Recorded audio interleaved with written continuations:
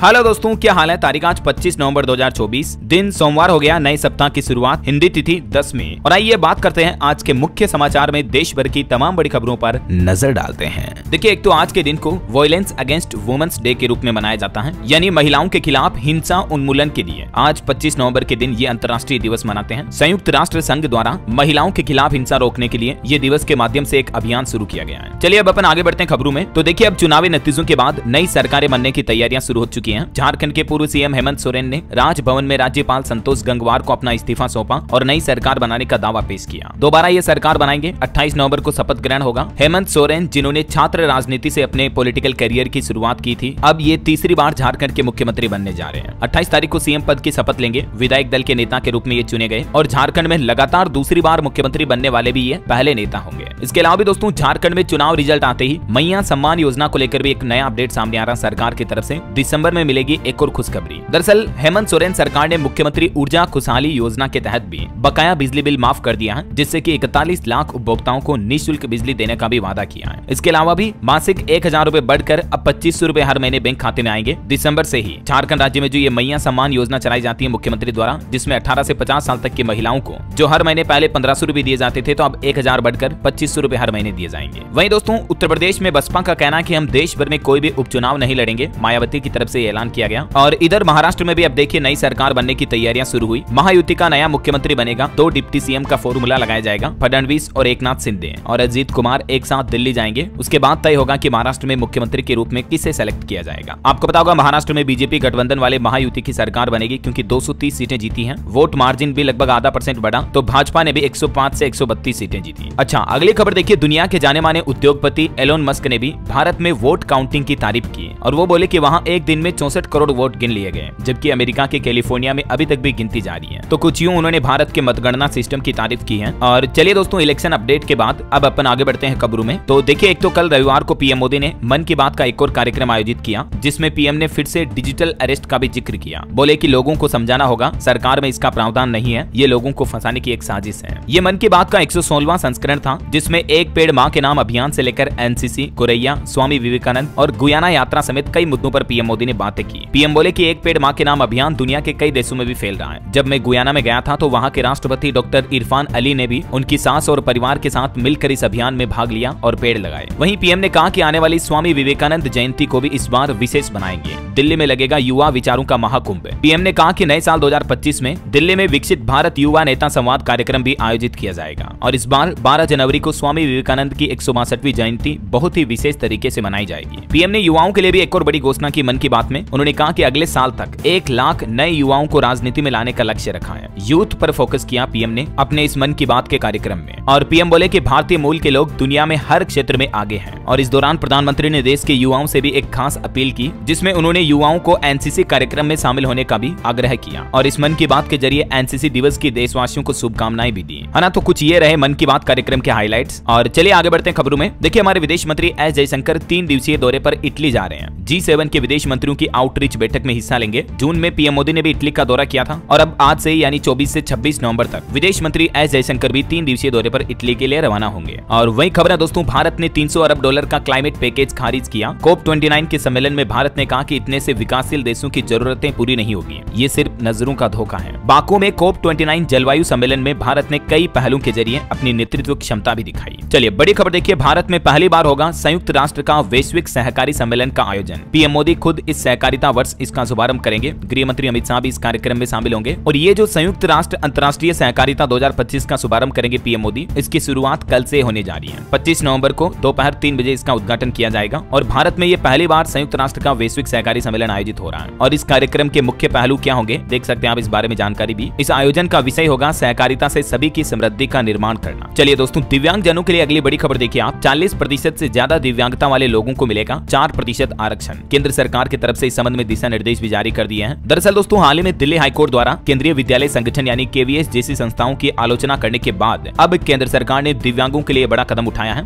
दृष्टि और श्रवण बाधित यानी जो देख नहीं पाते या सुन नहीं पाते हैं, या फिर जो चलने फिरने में अक्षम युवा है, दिव्यांग हैं, उन्हें अब कई श्रेणियों में आरक्षण का प्रावधान रखा है सरकार ने। केंद्र केंद्र सरकार ने एक रूपता के लिए ये दिव्यांग आरक्षण के दिशा निर्देश जारी किए हैं, जिसमें कहा कि बाद के पदोन्नति वाले सभी पद भी दिव्यांग व्यक्तियों के लिए आरक्षित होंगे और कम से कम 40% दिव्यांग व्यक्तियों के लिए आरक्षण और पदों की पहचान सुव्यवस्थित करने के लिए सभी राज्य सरकारों को व्यापक दिशा निर्देश भी जारी कर दिए हैं केंद्र सरकार ने। अगले 3 सालों में इनकी व्यापक समीक्षा करना आवश्यक है। ये निर्देश भी आप देख सकते हैं स्क्रीन पर। तो ये दिव्यांग जनों के लिए अच्छी बात है। वहीं आम आदमी के लिए भी एक और बड़ी अच्छी खबर आ रही दोस्तों, तेजी से निपटेगी शिकायतें। राष्ट्रीय उपभोक्ता हेल्पलाइन ने 1000 कंपनियों के साथ एक साझेदारी की है। NCH यानी नेशनल कंज्यूमर हेल्पलाइन की तरफ से उपभोक्ताओं द्वारा यानी आम लोगों द्वारा जो शिकायतें दर्ज की जाती हैं, तो उनके समाधान में तेजी लाने के लिए अपने कन्वर्जेशंस प्रोग्राम के तहत 1000 से ज्यादा कंपनियों के साथ साझेदारी यानी पार्टनरशिप की है, जिसमें कई कंपनियां हैं ई कॉमर्स, यात्रा, पर्यटन, निजी शिक्षा, FMCG, कंज्यूमर ड्यूरेबल समेत कई सारी कंपनियां जो अब उपभोक्ताओं की शिकायतों का निपटारा तेजी से करेगी। और भी ज्यादा जानकारी देख सकते हैं आप सरकार के इस प्लान के बारे में। चलिए दोस्तों, अगला अपडेट किसान भाई लोगों के लिए निकल कर आ रहा। अब सभी को नहीं मिलेगी किसान सम्मान निधि योजना की किस्त, बल्कि अब इस योजना का लाभ पाने के लिए आपको एक और काम करना पड़ेगा। और ये काम वो eKYC वाला नहीं है, वो तो पहले ही करना था किसानों को। अभी प्रधानमंत्री किसान सम्मान निधि का लाभ लेने के लिए अब किसानों को फार्मर रजिस्ट्री पोर्टल में पंजीकरण कराना अनिवार्य होगा। 31 दिसंबर के बाद इस रजिस्ट्री पोर्टल में पंजीकरण कराने वाले किसानों को ही इस योजना का लाभ मिल पाएगा, यानी कि नव वर्ष 2025 में। अब अगर आप PM किसान सम्मान निधि योजना का लाभ लेना चाहते हैं, तब आपको इस फार्मर रजिस्ट्री पोर्टल पर रजिस्ट्रेशन करवाना अनिवार्य होगा। आप अपने नजदीकी ई-मित्रा सेंटर पर जाकर के भी रजिस्ट्रेशन करवा सकते हैं, या ये इस पोर्टल का लिंक है जो भी आप देख सकते हैं, या तो farmer registry mobile app UP के जरिए या upfr.agristech.gov.in पोर्टल के माध्यम से किसान भाई लोग रजिस्ट्रेशन करवा सकते हैं। हालांकि अभी इसकी शुरुआत उत्तर प्रदेश से हुई है, धीरे धीरे सभी राज्यों के लिए ये पोर्टल पर रजिस्ट्रेशन करवाना अनिवार्य होगा। ये देख सकते हैं आप, गिरीश चंद्र उपनिदेशक कृषि क्षेत्र से जुड़े हैं। इनका कहना है कि इसमें पंजीकरण आसानी से किया जा सकता है, या किसान भाई लोग जन सेवा केंद्रों पर भी सरलता से पंजीकरण करवा सकते हैं। ठीक है ना। चलिए अगली खबर देखिए। उड़ीसा राज्य में ईज ऑफ डूइंग बिजनेस को बढ़ावा देने के लिए केंद्र सरकार परिबद्ध है। उड़ीसा पर्व के मौके पर PM मोदी ने संबोधित करते हुए ये बातें कही और उन्होंने ये भी कहा कि हमारी सरकार ने पहले 100 दिनों के भीतर ही 45,000 करोड़ रुपए के निवेश को भी मंजूरी दी है। वहीं देखिए, देश के विकास पर भी एक और बड़ी अच्छी खबर आ रही दोस्तों। देश में बनेगी 12 औद्योगिक स्मार्ट सिटी। सरकार ने जमीन भी दे दी है और इसके लिए केंद्र सरकार से भी 28,000 करोड़ का फंड मंजूर हो चुका है। सरकार ने देश में 12 औद्योगिक स्मार्ट सिटी विकसित करने की घोषणा की है और इन शहरों में उद्यमियों को प्लग एंड प्ले की सुविधा मिलेगी, जिससे कि उन्हें किसी भी तरह की बिजनेस इंडस्ट्री लगाने के लिए अलग अलग सरकारी कार्यालयों के चक्कर नहीं लगाने पड़ेंगे, है ना। और इतना ही नहीं, इन शहरों में निवेशकों के लिए जमीन भी पहले से ही तैयार रहेगी, जिससे कि उन्हें लोकेशन खोजने ढूंढने की भी कोई दिक्कत नहीं होगी। किन किन राज्य के 12 शहरों के लोगों को इसका फायदा मिलेगा, तो देख सकते हैं आप, उत्तर प्रदेश, हरियाणा, उत्तराखंड, बिहार, पंजाब, राजस्थान, आंध्र प्रदेश, महाराष्ट्र, तेलंगाना और केरल राज्य के शहरों में ये निर्माण होगा, है ना। तो सरकार पहले चरण में तो ये 11-12 औद्योगिक कॉरिडोर भी बनाएगी और भी स्मार्ट सिटी में उद्यमियों को कई नई सुविधाएं मिलेगी। अगले 3 सालों में ये काम पूरा होगा। ज्यादा जानकारी देख सकते हैं आप सरकार के इस प्रोजेक्ट के बारे में और किन किन राज्यों में ये औद्योगिक स्मार्ट सिटी बनेगी, किन किन शहरों में, इस बाबत डिटेल जानकारी भी आप स्क्रीन पर देख लीजिएगा। और चलिए अगली खबर देखिए। किसान भाई लोगों के MSP से जुड़ा एक और अपडेट आ रहा है कि MSP को कानूनी मान्यता देने पर विचार की सिफारिश की है। बढ़ते कृषि संकट पर सुप्रीम कोर्ट की समिति भी चिंतित है और सुप्रीम कोर्ट ने अब तो केंद्र सरकार को भी ये निर्देश दिया कि किसानों की MSP पर गारंटी वगैरह को लेकर कुछ कानून बनाएं या किसान भाई लोगों के फायदे के लिए, भले के लिए सरकार कुछ प्रयास करे, अच्छे कदम उठाए। आपको पता होगा किसान भाई लोग काफी दिनों से लगातार विरोध प्रदर्शन भी कर रहे हैं। अभी भी किसानों की ये मांगे हैं। 6 दिसंबर को दिल्ली कूच का ऐलान भी किया, मैंने आपको अपडेट बताए थे DLS न्यूज पर पहले भी। तो उम्मीद है सुप्रीम कोर्ट के निर्देशों के बाद अब सरकार किसान भाई लोगों के लिए हो सकता है कुछ मांगे माने। फिलहाल देखिए, इनकम टैक्स को लेकर अपडेट आ रहा। ITR रिटर्न भरने के दौरान विदेशी आय और संपत्ति की भी सावधानी पूर्वक समीक्षा करने की जरूरत है। आयकर विभाग की तरफ से करदाताओं को एक बार फिर से ये सलाह दी गई। मतलब अगर आप ITR रिटर्न भर रहे हैं, तो अगर आपकी फॉरेन में कोई प्रॉपर्टी है या तो फॉरेन के बैंक अकाउंट में पैसे हैं, तो भी आपको यहाँ इंडिया में अपना ITR रिटर्न दाखिल करते दौरान ये प्रॉपर्टी की डिटेल भी देनी होगी। ठीक है। केंद्रीय प्रत्यक्ष कर बोर्ड यानी CBDT की तरफ से सभी टैक्स पेयर को इस संबंध में निर्देश भी जारी किया है। चलिए अगला अपडेट देखिए। संसद का विंटर सेशन आज से शुरू होने जा रहा। अडानी मामले पर भी हंगामा होने के आसार हैं और इस शीतकालीन सत्र में कुल 19 बैठकें होगी। वक्फ बिल संशोधन समेत 16 विधेयक इस लिस्ट में शामिल होंगे। देश की 18वीं लोकसभा का ये तीसरा शीतकालीन सत्र आज 25 नवंबर से शुरू होने जा रहा है और इससे पहले भी कल रविवार को रक्षा मंत्री राजनाथ सिंह की अध्यक्षता में सर्वदलीय बैठक भी हुई। तो देखते हैं आज एक तो शीतकालीन सत्र के दौरान अडानी मामले पर भी हंगामा हो सकता है। वैसे गौतम अडानी केस पर एक और खबर आ रही कि अडानी के खिलाफ अब सुप्रीम कोर्ट में भी एक याचिका दायर हुई और अमेरिका की ओर से जो हाल ही में आरोप लगाए गए उनके जांच की मांग की गई है सुप्रीम कोर्ट की याचिका में। दावा तो ये भी किया जा रहा है कि अमेरिकी एजेंसी अडानी को सीधे समन नहीं भेज सकती है, क्योंकि राजनीतिक चैनल के जरिए ही भेजा जा सकता है नोटिस। देखते हैं सुप्रीम कोर्ट में अब इस याचिका पर क्या फैसला आता है, अपडेट में आपको बता दूंगा। और ऑटो इंडस्ट्री से खबर देखिए दोस्तों। मोटोवर्स 2024 में रॉयल इनफील्ड गोन क्लासिक 350 भी लॉन्च हुई। बोबर स्टाइल वाली मोटरसाइकिल में आपको 350 सीसी का इंजन मिलेगा। शुरुआती कीमत इसकी 2,35,000 रुपए से शुरू है। और मोबाइल फोन लॉन्चिंग पर भी खबर है। टेक्नो पॉप 9 4G स्मार्टफोन भी लॉन्च हुआ। कीमत इसकी 6,500 रुपए। ये मीडियाटेक हीलियो G50 प्रोसेसर वाला भारत का पहला फोन होगा, जिसमें आपको 5000 mAh बैटरी भी मिलेगी। और इसके अलावा भी ओप्पो की तरफ से भी एक नया मॉडल लॉन्च किया AI फीचर से लेस ओप्पो फाइंड X8। इसमें भी आपको 50 मेगापिक्सल कैमरा सेटअप के साथ 6000 एमएच तक बैटरी भी मिलेगी। हालांकि कीमत इसकी काफी महंगी है, 70,000 के लगभग। चलिए फिलहाल देखिए अगली खबर। अब माता पिता की निगरानी में फिल्में देखेंगे बच्चे। सीबीएफसी की तरफ से फिल्मों को सर्टिफिकेशन देने के नियमों में यह बदलाव किया गया है और एक नई कैटेगरी भी इंट्रोड्यूस की है। सीबीएफसी यानी central board of film certification की तरफ से हाल ही में बच्चों के लिए फिल्म रेटिंग सिस्टम में कुछ बदलाव किए हैं, क्योंकि आजकल की फिल्मों में आपको पता होगा काफी ज्यादा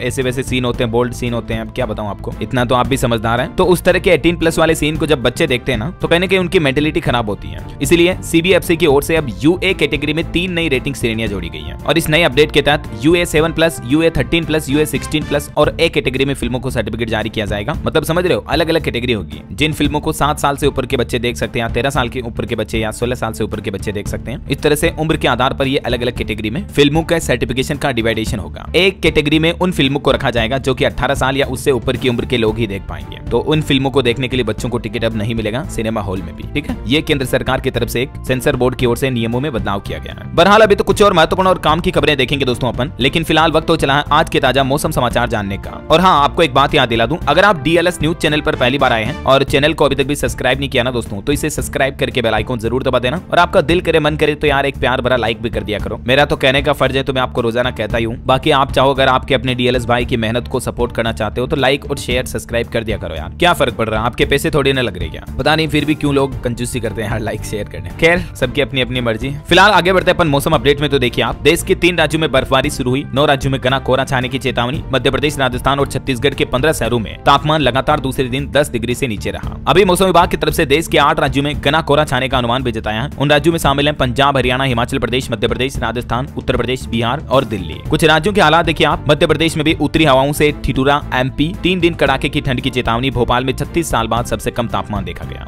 इधर राजस्थान में माउंट आबू में लगातार तीसरे दिन पारा 5 डिग्री पर रहा। आज भी राजस्थान के 5 जिलों में कोहरे का अलर्ट है। जयपुर और कोटा की हवा सबसे जहरीली चल रही, क्योंकि यहाँ प्रदूषण के हालात भी गंभीर हैं। छत्तीसगढ़ में देखिए सरगुजा संभाग के जिलों में कड़ाके की ठंड शुरू हुई। दुर्ग में रात का पारा सामान्य से 5 डिग्री कम रहा। पंजाब, चंडीगढ़ के लोगों को 3 दिन तक कोहरे से राहत मिलेगी। पहाड़ों पर बर्फबारी से दिन के तापमान में भी गिरावट जारी है। हालांकि यहाँ भी प्रदूषण का स्तर चिंताजनक है। इधर हिमाचल प्रदेश में देखिए पर्यटकों के लिए खुशखबरी, सीजन की पहली बर्फबारी शुरू हुई। पुलिस ने पर्यटकों के लिए एडवाइजरी भी जारी की, कहा कि आपातकालीन सामग्री साथ रखें और फंसने पर 112 पर कॉल करें। देश भर के अधिकतर राज्यों में मौसम में अब बदलाव देखा जा रहा है। ठंड और कुछ राज्यों में बारिश के आसार भी हैं और IMD ने चक्रवात तूफान की चेतावनी भी दी है, जो कि आज 25 नवंबर देर शाम तक बंगाल की खाड़ी में डिप्रेशन में बदल सकता है और ये चक्रवाती तूफान का सिस्टम तमिलनाडु और श्रीलंका के तटों की ओर बढ़ सकता है। और भी दोस्तों अगले 24 घंटों के दौरान मौसम की संभावित गतिविधियां क्या रह सकती हैं, जिसकी जानकारी आप देख सकते हैं स्क्रीन पर। चलिए मौसम के बाद सराफा बाजार पर नजर डालते हैं। तो देखिए सोना सप्ताह भर में 4000 रुपए तक उछला। चांदी के भाव में भी 2500 रुपए तक की तेजी देखी गई। अभी चांदी का रेट 92,000 रुपए प्रति किलो के लगभग चल रहा है, जबकि 24 कैरेट गोल्ड का रेट अभी 79,600 तक पहुंच गया है देश के अधिकांश शहरों में। चलिए मार्केट की बात करें तो आज काफी दिनों की छुट्टियों के बाद स्टॉक मार्केट ओपन होने जा रहा और शेयर बाजार में इस सप्ताह भी उतार चढ़ाव का अनुमान है। महाराष्ट्र चुनाव रैली की वजह से स्टॉक मार्केट में थोड़ी बुलिशनेस दिख सकती है, लेकिन इसके बाद निफ्टी में 1000 पॉइंट की गिरावट की भी संभावना है। विदेशी निवेशकों पर भी आंकड़ा आ रहा है कि नवंबर में अब तक 26,500 करोड़ रुपए निकाले विदेशी FPIs ने। लेकिन एक अच्छी बात यह है कि दिसंबर एंड तक वापस विदेशी निवेशक बढ़ सकते हैं हमारे स्टॉक मार्केट में, तो इससे वापस तेजी देखने को मिलेगी। और एक कंपनी का अपडेट है कि सिगरेट बनाने वाली कंपनी ने बड़ा ऐलान किया, हर शेयर पर 35 रुपए का डिविडेंड देगी। गॉडफ्रे फिलिप्स इंडिया की तरफ से अपने स्टॉक के निवेशकों को, इन्वेस्टर्स को ये डिविडेंड देने का ऐलान किया गया। ओके, और चलिए मार्केट के बाद आगे बढ़ते हैं खबरों में। देखिए एक तो मणिपुर हिंसा पर खबर आ रही है कि मणिपुर के जिरीबाल और इम्फाल घाटी में अब आज से खुलेंगे स्कूल कॉलेज। हालांकि मोबाइल इंटरनेट पर पाबंदी बैन जो है वो अभी जारी रहेगा। विधायकों के घर पर हमले के 41 आरोपी अरेस्ट भी हुए। अभी मणिपुर हिंसा में 7 जिलों पर लगा इंटरनेट का बैन भी और बढ़ाया गया। सुरक्षा बलों की लगभग 300 कंपनियां भी तैनात हैं। वहीं खबर देखिए पश्चिम बंगाल में राज्यपाल ने राजभवन में अपनी खुद की ही प्रतिमा का अनावरण किया। कार्यकाल के 2 साल पूरे होने पर रखा आयोजन। TMC बोली कि वे आत्ममुग्ध हैं। और खबर देखिए सुप्रीम कोर्ट के पूर्व CJI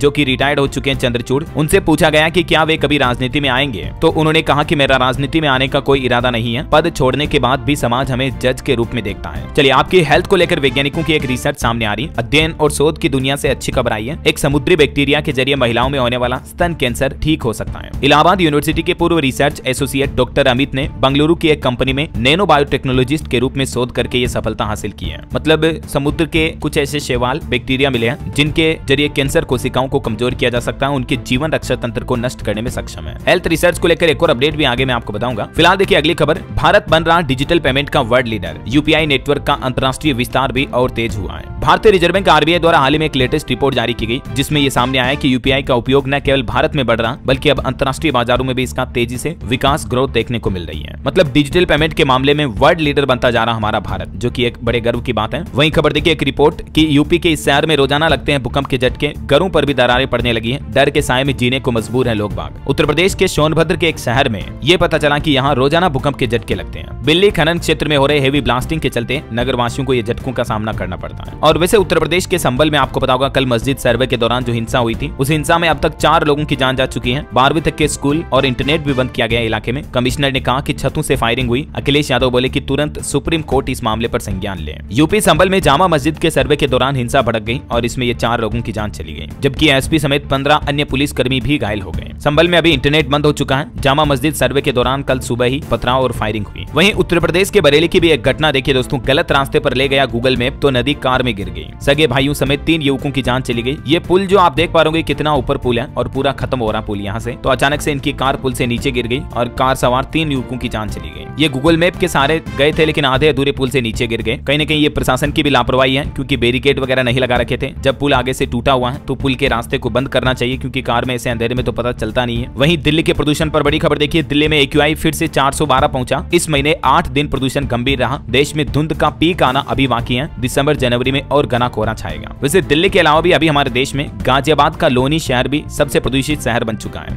इस एरिया का भी AQI 382 रिकॉर्ड तोड़ चल रहा है। दिल्ली में प्रदूषण पर भी एक अच्छी खबर आई है। अब ड्रोन के जरिए वायु प्रदूषण फैलाने वाले बैक्टीरिया और इकाइयों की पहचान की जाएगी। दिल्ली प्रदूषण नियंत्रण समिति DPCC अवैध फैक्ट्री और इकाइयों को लेकर ड्रोन से सर्वे कराने की भी तैयारी कर रहा है। वहीं दिल्ली वासियों के लिए एक और अच्छी खबर है। दिल्ली एम्स में जल्द शुरू होगी 2 नई MRI मशीनें भी, जिससे जांच की सुविधा बढ़ेगी, मरीजों को राहत मिलेगी, है ना। चलिए अगली खबर देखिए। खेल समाचार से जुड़ी IPL 2025 को लेकर अपडेट है। 27 करोड़ पाकर ऋषभ पंत ने नया रिकॉर्ड बनाया। श्रेयस और वेंकटेश ने भी झंडे गाड़े। पहले दिन बिके कुल 74 खिलाड़ी। दोस्तों श्रेयस और ऋषभ पंत ये IPL इतिहास के सबसे महंगे खिलाड़ी बन चुके हैं। वेंकटेश तीसरे सबसे महंगे भारतीय खिलाड़ी बने। श्रेयस अय्यर को पंजाब किंग्स ने 26 करोड़ 75 लाख की बोली लगाकर खरीदा, जो कि दूसरे नंबर पर रहे। सबसे पहले नंबर पर दिल्ली कैपिटल के पूर्व कप्तान और विकेट कीपर ऋषभ पंत को अब लखनऊ सुपर जायंट्स ने 27 करोड़ रुपए में खरीदा है और कोलकाता ने वेंकटेश को भी 23 करोड़ 75 लाख में खरीदा। और भी IPL ऑक्शन के ये खिलाड़ियों के बारे में डिटेल जानकारी अगर आप देखना चाहते तो मैंने कल शाम को DLS पर एक वीडियो डाला था, अगर आप इंटरेस्टेड हैं तो देख लीजिएगा। बाकी देखिए हरियाणा के चहल और पंजाब के अर्शदीप भी 18-18 करोड़ में बिके और PBKS ने तो श्रेयस अय्यर को 26 करोड़ 75 लाख में खरीदा। ये कुछ और खिलाड़ियों के बिड प्राइस आप देख सकते हैं, जिन पर IPL 2025 में बोली लगाई गई। सभी 12 मार्की खिलाड़ी भी बिके, पंत से लेकर श्रेयस KL तक। नीलामी में बड़े खिलाड़ियों पर जमकर पैसा बरसाया। वहीं खेल जगत से एक और अच्छी खबर है दोस्तों कि विराट कोहली का 30वां टेस्ट शतक भी पूरा हुआ। ब्रेडमैन से आगे निकले। भारत की दूसरी पारी 487/6 पर घोषित हुई। 534 रन का टारगेट दिया। ऑस्ट्रेलिया 12/3 पर रही। वैसे दोस्तों IPL में आपका सबसे फेवरेट खिलाड़ी कौन है और IPL में आपकी सबसे फेवरेट टीम कौन सी है, कमेंट करके बताइएगा, देखें मुझे। वहीं खबर देखिए यूपी लखनऊ पहुंचे दुनिया के 56 देशों के delegates. World chief justice conference में जारी हुआ घोषणा पत्र। मुख्यमंत्री योगी आदित्यनाथ ने किया था कॉन्फ्रेंस का आगाज भी। लखनऊ के सिटी मोंटेसरी स्कूल CMS में ये 25वें वर्ल्ड चीफ जस्टिस कांग्रेस का घोषणा पत्र जारी हुआ और इसमें दुनिया के कई देशों के प्रतिनिधि शामिल हुए। और खबर है उत्तर प्रदेश अयोध्या में भी देखिए 40 ब्राह्मण कराएंगे सीताराम का विवाह। 51 तीर्थों के जल से होगा श्री सीताराम का अभिषेक। चलिए खबर है भारत ने आर्मेनिया को शुरू की पिनाका हथियार प्रणाली की आपूर्ति। पहला बैच भेजा जा चुका है, रक्षा सूत्रों के मुताबिक ये जानकारी मिली। और खबर देखिए उड़ीसा राज्य में भी BJD ने वक्फ संशोधन विधेयक वापस लेने की मांग की। अल्पसंख्यक प्रकोष्ठ ने राजभवन के पास नारेबाजी भी की। और वहीं देखिए दोस्तों सुप्रीम कोर्ट ने भी ज्ञानव्यापी मामले पर एक बड़ा फैसला सुनाया। कहा कि पोषणीयता पर फैसला उपासना स्थल कानून 1991 के तहत सुनाया गया। अब 17 दिसंबर को इस मामले पर सुनवाई होगी। और खबर है भारत के विदेश मंत्री एस जयशंकर ने की ब्रांड भारत की सराहना। कहा कि ये प्रामाणिकता का प्रतीक है, विश्व बंधुत्व का संदेश भी दिया। वहीं खबर है भारत ने आसियान देशों के साथ की 6 लाख करोड़ की डील। इन 6 महीनों में बढ़ा 5% तक ट्रेड। नई दिल्ली में हुई AITIGA की बैठक में सरकार की ओर से ये डेटा जारी किया गया भारत के विदेशी व्यापार को लेकर। और एक अच्छी खबर है अब हर घर पर बनेगा आयुष्मान गोल्डन कार्ड। आशा दीदियों को ये काम का जिम्मेदारी सौंपी गई 10 दिसंबर तक। और बिहार सीतामढ़ी समेत राज्य के सभी जिलों में ये अभियान चलाया जाएगा, जिसमें जो 5 लाख रुपए तक के मुफ्त इलाज की सुविधा मिलती है ना आयुष्मान भारत योजना के तहत। अब घर घर जाकर आशा कार्यकर्ता 70 साल से ज्यादा के बुजुर्गों को भी आयुष्मान गोल्डन कार्ड बनाएगी और इसी योजना से जोड़ेगी, है ना। वहीं खबर है सरकार ने PF अकाउंट में ब्याज का पैसा भी क्रेडिट कर दिया है। अभी EPFO में मेंबर्स को 8.25% तक ब्याज मिलता है। अगर आपका भी क्रेडिट हो चुका है तो आप उमंग ऐप के माध्यम से या EPFO के पोर्टल से भी चेक कर सकते हैं, ठीक है ना। वहीं खबर देखिए संविधान दिवस पर पहली बार होने जा रहा है ये काम। पंचायती राज मंत्रालय की तरफ से इसकी तैयारियां भी पूरी की गई। संविधान दिवस देश भर में 26 नवंबर को मनाया जाएगा। और इस दौरान नई दिल्ली में युवाओं के एक बड़े कार्यक्रम के अलावा पंचायती राज मंत्रालय ने भी सरकार के इस प्रयास को गांव स्तर तक ले जाने की ठानी है इस बार। संविधान दिवस के मौके पर 26 तारीख को पुराने संसद भवन के सेंट्रल हॉल में यह कार्यक्रम आयोजित होगा, जिसमें देश के राष्ट्रपति, उपराष्ट्रपति समेत कई बड़े दिग्गज नेता कार्यक्रम में भाग लेंगे। संविधान अपनाने के 75 साल पूरे होने के मौके पर यह विशेष कार्यक्रम आयोजित किया जाएगा इस बार। वैसे आपकी जानकारी के लिए बता दूं, 26 जनवरी 1950 को हमारा संविधान लागू हुआ था, लेकिन 26 नवंबर 1949 को संविधान सभा ने संविधान को अपनाया था। तो इसीलिए इस दिन के रूप में संविधान दिवस के रूप में मनाते हैं इस दिन को कल, ठीक है, 26 नवंबर को। चलिए अगली खबर देखिए। देश के परिवहन मंत्री नितिन गडकरी का कहना है कि हम आदर्श शहर ही नहीं बल्कि आदर्श गांव भी बनाएंगे। उन्होंने एक वर्चुअल सेमिनार को संबोधित किया और इस दौरान ये बड़ी घोषणा की।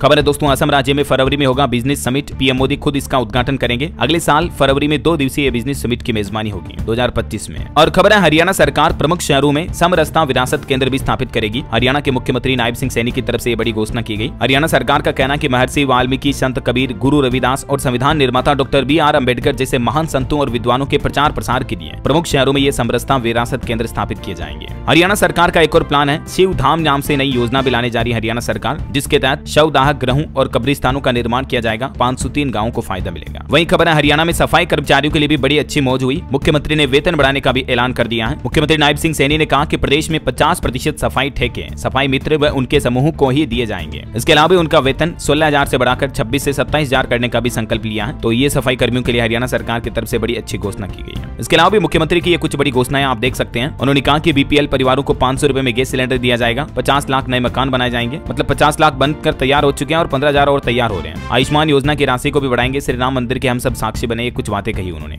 और एक अच्छी खबर है आरक्षण को लेकर भी देखिए। हरियाणा में वंचित अनुसूचित जाति वर्ग को भी नायब सरकार ने दिया आरक्षण का तोहफा। 19 सालों बाद ये मांग पूरी हुई। राज्य के DSC, जैसे SC ST होता है ना, वैसे ये स्पेशल कैटेगरी है DSC, जिन्हें वंचित अनुसूचित जाति में गिना जाता है। तो ऐसे लोगों को, जो कि हरियाणा में लगभग 34 लाख के समथिंग ऐसे परिवार है, लोग बाग हैं, उनको हरियाणा सरकार के इस आरक्षण का फायदा मिलने वाला है। सरकारी नौकरियों में 19 साल से ये आरक्षण का लाभ बंद था, लेकिन अब सरकार ने इन सभी कैटेगरी के लोगों के लिए 10-10% आरक्षण का प्रावधान कर दिया है। DSC और OSC, अन्य अनुसूचित जाति और वंचित अनुसूचित जाति, इन कैटेगरी के युवाओं को 10% आरक्षण रिजर्वेशन मिलेगा। अब है ना। चलिए अगली खबर देखिए। ग्राम पंचायतों के लिए खुशखबरी है। अब खेत, सड़क, तालाब और ग्रेवल रोड जैसे कार्य पुनः शुरू किए जाएंगे। मध्य प्रदेश के ग्रामीण विकास मंत्री प्रहलाद सिंह पटेल की तरफ से ये बड़ी घोषणा की गई है। चलिए स्पेस साइंस से जुड़ी अच्छी खबर देखिए। मंगल ग्रह पर वैज्ञानिकों को अब तक की सबसे बड़ी सफलता मिली। सतह पर खोजा पानी का भंडार। वैज्ञानिकों ने मंगल ग्रह के एक क्रिस्टल से ये बात का पता लगाया है कि ग्रह के निर्माण के समय से ही उस पर पानी मौजूद है, और ये भी संकेत मिले हैं कि मंगल ग्रह पर वैश्विक महासागर भी मौजूद हो सकते हैं। चलिए अगली खबर देखिए। आकाशवाणी का समाचार सेवा प्रभाग हिंदी और अंग्रेजी में फोन इन कार्यक्रम पब्लिक स्पीक में आज रात 9:30 बजे डिजिटल लाइफ सर्टिफिकेट के विषय पर परिचर्चा प्रसारित करेगा। तो आप आकाशवाणी समाचार के YouTube चैनल पर ये देख पाएंगे। और आपकी हेल्थ को लेकर एक और वैज्ञानिक रिसर्च देखिए। 46% लोगों को ये पता ही नहीं है कि उन्हें कोई गंभीर बीमारी है। अगर ध्यान नहीं दिया तो जान भी जा सकती है। WHO यानी विश्व स्वास्थ्य संगठन के द्वारा जारी इस रिपोर्ट के मुताबिक उच्च रक्तचाप से पीड़ित करीब 46% वयस्क लोगों को ये नहीं पता है कि उन्हें हाई ब्लड प्रेशर की प्रॉब्लम है, और ये पता ना होना उनके शरीर के कई अंगों को नुकसान पहुंचा सकता है। इसलिए आप अपना health checkup time to time करवाते रहें, है ना। वहीं एक और अच्छी खबर देखिए। अब आंख की पुतलियां ही बता देगी कि आपको शुगर है या नहीं। AMU के डॉक्टरों की तरफ से इस तरह की खास डिवाइस तैयार की गई है, जिसमें आंखों की पुतलियों और झिल्लियों के जरिए डायबिटीज की प्रॉब्लम की जानकारी मिल सकेगी। और बॉलीवुड से खबर है, गोविंदा और कृष्णा के बीच खत्म हुई अनबन। कपिल शर्मा के शो पर दोनों ने एक दूसरे को गले लगाया। और बिहार सरकार की एक अनोखी पहल देखिए। अब बालू लदे ट्रक ट्रैक्टर को पकड़वाने वालों को मिलेगा हजारों रुपए का इनाम। बिहार के नीतीश सरकार की तरफ से बालू की कालाबाजारी को रोकने के लिए ये नई स्कीम निकाली है, जिसमें अब अगर आप सरकार को ट्रक पकड़वाते हो तो 10,000 रुपए और ट्रैक्टर को पकड़वाने वालों को 5,000 रुपए तक का इनाम देने की घोषणा की है। और रेल यात्रियों के लिए भी अच्छी खबर है। ट्रेन के जनरल क्लास में सफर करने वालों के लिए बड़ा अपडेट देखिए। रेलवे की तरफ से एक नया प्लान बनाया गया है। 2025 में आपका सफर और आसान होगा, क्योंकि आने वाले 2 सालों में भारत की ट्रेनों में 10,000 से ज्यादा जनरल कोच जोड़ने की तैयारी कर रहा है रेलवे। और भी आगामी 2025 से ही 48 स्पेशल रेल सेवाओं को भी अब नियमित गाड़ी संख्या से संचालित किया जाएगा। राजस्थान राज्य के लोगों को इसका सबसे ज्यादा फायदा होगा। और दिल्ली के छात्रों को देखिए, मुख्यमंत्री आतिशी ने बड़ा तोहफा दिया है। यूनिवर्सिटीज में शुरू होगा बिजनेस ब्लास्टर्स प्रोग्राम। दिल्ली के Indira Gandhi Delhi technical university for women के 7वें दीक्षांत समारोह में मुख्यमंत्री आतिशी की तरफ से यह बड़ा ऐलान किया गया है। मतलब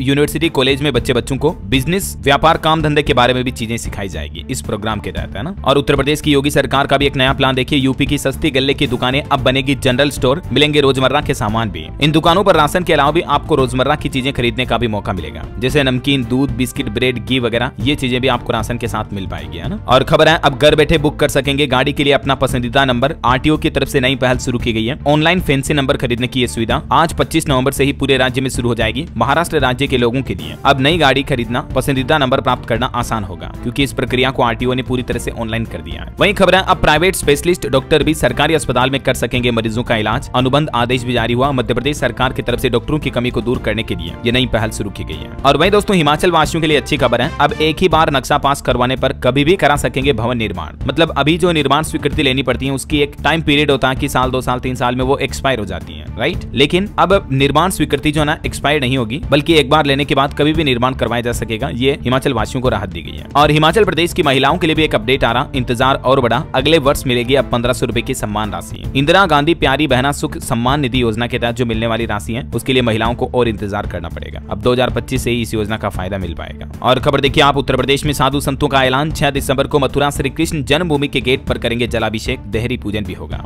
मस्जिद विवाद को खत्म करने के लिए अब एकजुट होने लगे हैं साधु संत। वहीं यूपी में भूमि अधिग्रहण भी शुरू हुआ। यूपी ईडा ने नया एक्सप्रेसवे बनाने का प्लान किया। किसानों को 4 गुना तक जमीन की कीमतें भी मिलेगी। इस रूट पर बनेगा यह नया एक्सप्रेसवे, देख सकते हैं आप। और चलिए दोस्तों, अब अपन कुछ स्टेट न्यूज अपडेट देख लेते हैं। देखिए, ब्यूटी क्वीन बनने के लिए देश भर से राजस्थान जयपुर पहुंची models. Miss and Mrs India glam का 30 दिसंबर को होगा फिनाले। विनर को क्राउन के साथ कार भी मिलेगी। वहीं खबर है, राजस्थान के स्कूल में सिलेबस में भी बदलाव करने की तैयारी की जा रही है। पहली से 8वीं तक की किताबों में संशोधन किया जाएगा। शिक्षा मंत्री बोले कि स्टूडेंट्स गलत तथ्य न पढ़े, इसलिए यह बदलाव जरूरी है। उत्तर प्रदेश की 7 सीटों पर जब सपा की जमानत जब्त हुई तो मायावती ने बड़ा ऐलान किया, कहा कि अब कभी उपचुनाव नहीं लड़ेंगे। वहीं देखिए, यूपी के सीएचसी और पीएचसी में तैनात होंगे physiotherapist. Deputy CM Brajesh Pathak बोले कि फिजियोथेरेपी को लेकर नया प्रस्ताव भेजा जाएगा। और बिहार में भी एक नई व्यवस्था शुरू हुई है। सेल्फी मोड में हाजिरी जरूरी होगी। 9वीं से 12वीं के छात्रों को अब तकनीकी शिक्षा मिलेगी और पास के कॉलेज से स्कूलों को जोड़ा जाएगा और ऑनलाइन अटेंडेंस हाजिरी लगानी पड़ेगी। वहीं खबर है, 70 साल से ज्यादा सभी लोगों का आयुष्मान कार्ड बनेगा। 10 दिसंबर तक बिहार में घर घर जाकर अभियान चलाया जाएगा। मैंने आपको अपडेट बताया भी था। और दोस्तों, 26 नवंबर को देशव्यापी किसान चेतावनी रैली भी जारी हुई है। बिहार बक्सर में किसानों ने कहा कि जान दे देंगे, लेकिन नेशनल हाईवे निर्माण में अपनी जमीन नहीं देंगे। और उनकी जो जमीनें जा रही, इसी के विरोध में किसान मोर्चा ने 26 नवंबर को जिला मुख्यालयों पर चेतावनी रैली का आह्वान भी किया। वहीं खबर है, हरियाणा में 1 दिसंबर से लागू होंगे नए कलेक्टर रेट। 31 मार्च तक नई कीमत के हिसाब से रजिस्ट्री होगी। 5 महीने से रुका था प्रस्ताव, तो आखिरकार हरियाणा सरकार ने यह नया प्रस्ताव पास कर दिया है। तो 1 दिसंबर से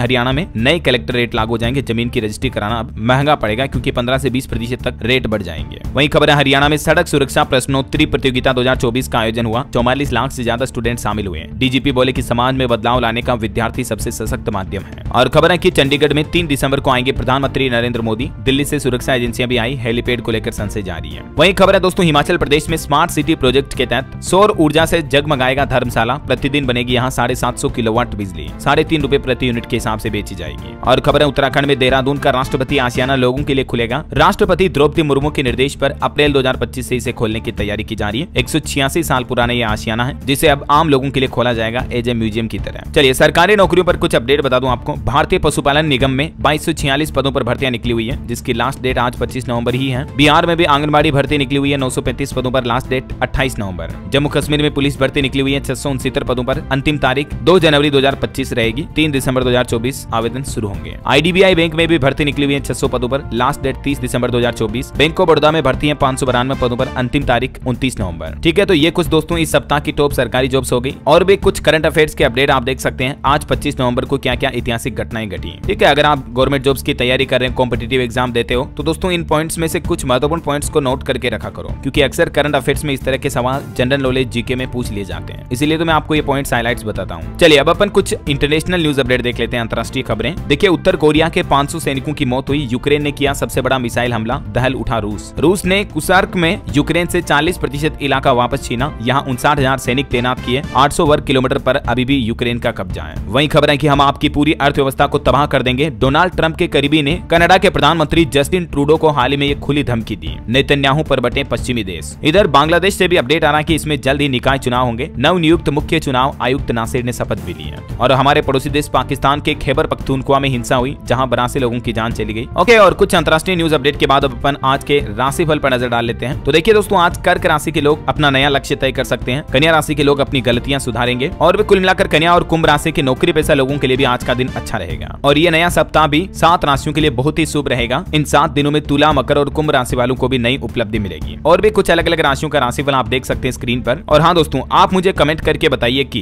कल 26 नवंबर को हमारे देश में कौन सा राष्ट्रीय दिवस मनाया जाएगा। कमेंट में लिखना आपको। सही जवाब देने वाले लोगों को रेंडमली सेलेक्ट होने पर DLS न्यूज टीम की तरफ से एक शानदार सरप्राइज गिफ्ट जीतने का मौका मिलेगा। और इसी के साथ ही अगर आपको वीडियो अच्छा लगा तो इसे लाइक करना, शेयर भी करना, DLS न्यूज चैनल को सब्सक्राइब करके बेल आइकन जरूर दबा देना रोजाना ऐसी इन्फॉर्मेटिव काम की खबरें देखते रहने के लिए। जय हिंद, जय भारत, वंदे मातरम।